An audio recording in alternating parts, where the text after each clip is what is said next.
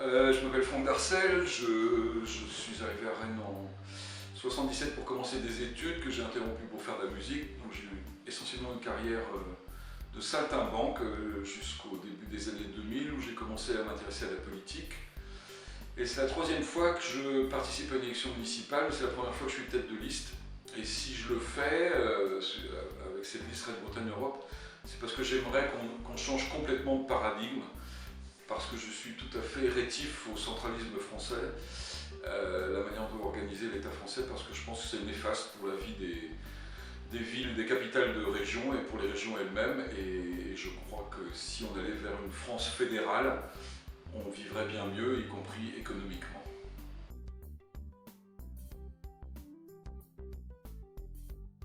Je pense que d'une part, il faudrait qu'il y ait un espace entrepreneurial commun à toutes les universités et les grandes écoles. Parce que là, chacun a son incubateur, chacun a sa boîte à idées, etc. Donc je pense qu'il faudrait organiser quelque chose vraiment d'intercampus sérieux et de pérenniser dans un lieu précis. C'est important. Après, dans des discussions avec pas mal de gens autour de la liste, on sait qu'il y a un problème. On a très bons jeunes chercheurs en Bretagne, à Rennes, des gens qui viennent de partout, et on a un problème pour les garder. C'est-à-dire que quand ils font leur stage au Canada, par exemple, dans certaines disciplines, ils ne reviennent plus. Donc il faudrait trouver en Bretagne le moyen parce que la recherche est très importante pour une ville comme Rennes, avec autant d'étudiants. Ça peut être le moteur aussi, et pour l'activité économique, ça va être très important dans les années à venir. Et donc il faut faire un effort pour que les chercheurs aient envie de rester là. Or la recherche en France va très mal, il faut trouver des solutions locales pour que les jeunes chercheurs aient envie de rester à Rennes et en Bretagne.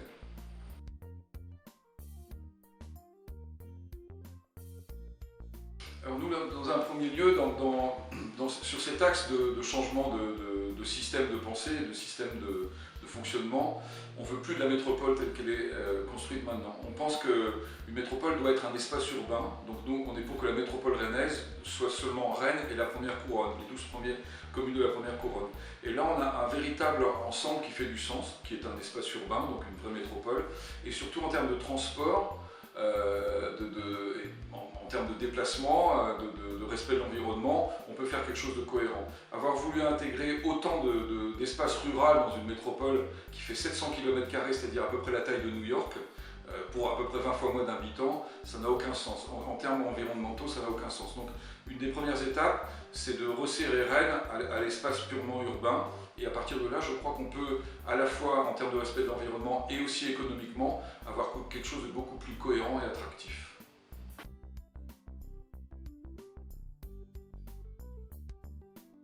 Moi, je trouve que, d'une part, si on ne s'engage pas en politique, on laisse le champ politique à des gens, actuellement, je trouve, pas forcément très performants, pas toujours très recommandables. Et finalement, ces gens-là ont quand même, au travers de leurs actions, bonnes ou mauvaises, ils ont un effet sur notre quotidien. Et moi qui suis un ancien punk et qui avait fait mienne la devise du Complete Control des Clash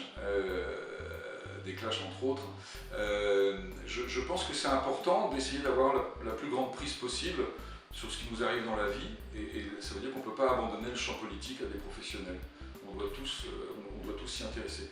Et pour finir, je trouve que l'élection municipale, c'est le moment où on peut avoir l'impression que notre bulletin a des effets dans les mois qui suivent.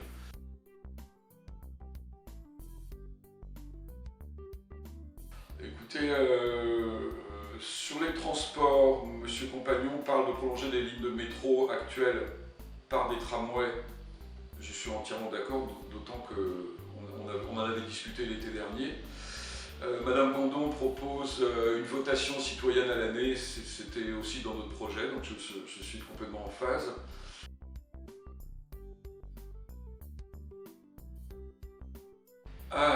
Qu'est-ce que je pourrais me raconter? En fait, je crois que j'aurais pas dû aller voter au début. Je suis pas très content de ceux que j'ai votés à l'époque, quand j'ai vu les résultats par la suite. Et je me dirais que parfois le bulletin blanc, je pense que le bulletin blanc devrait être reconnu.